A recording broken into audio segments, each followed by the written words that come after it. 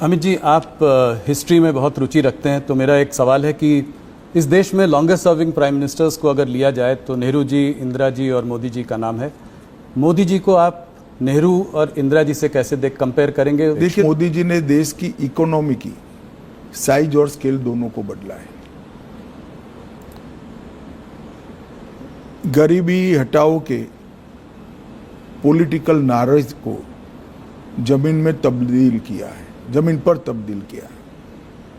25 करोड़ लोग इस देश के गरीबी रेखा से बाहर आ जाए, वो बहुत बड़ी बात है। 60 करोड़ लोगों के जीवन में घर देना, शौचालय देना, घर में गैस का सिलेंडर देना, घर में बिजली देना, 5 किलो अनाज प्रति व्यक्ति प्रति माह मुफ्त देना, 5 लाख तक का इलाज करा कर देना, घर में शुद्ध पीने का पानी पहुंचाना।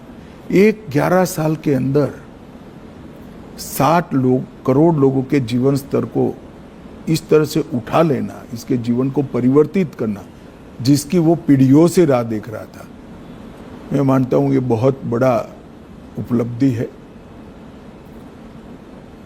देश की सेनाओं को आधुनिक करना, देश को सुरक्षित बनाना, मेक इन इंडिया का स्वप्न साकार करना और देश के अर्थतंत्र को 11वें नंबर से 4थे नंबर पर पहुंचा देना और 2047 में महान भारत की रचना का संकल्प सिर्फ नेतृत्व का नहीं, 140 करोड़ लोगों का विश्वास जगाना कि 2047 में भारत महान होगा, दुनिया में सर्वोच्च स्थान पर होना, ये अपने आप में बहुत बड़े अचीवमेंट है।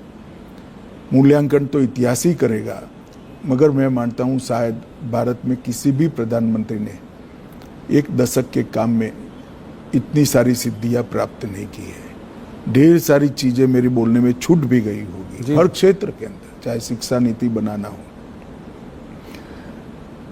चाहे विदेश नीति के अंदर रीढ़ की हड्डी इम्प्लांट करनी हो, ये सभी चीजों में मोदी जी ने बहुत अच्छे तरीके से देश के हर नागरिक का गौरव बढ़ाया है, इसके सर को ऊंचा किया है। किसी लीडर की आपको याद दिलाते हैं वो कोई बड़े व्यक्तित्व की? ऐसे कंपैरिजन करना ठीक नहीं है। सभी लोग अपने अपने समय में बड़े होते हैं, सभी का अपने काम करने का तरीका होता है, मगर जहां तक अचीवमेंट का सवाल है, मोदी जी के समय में सबसे ज्यादा हुए।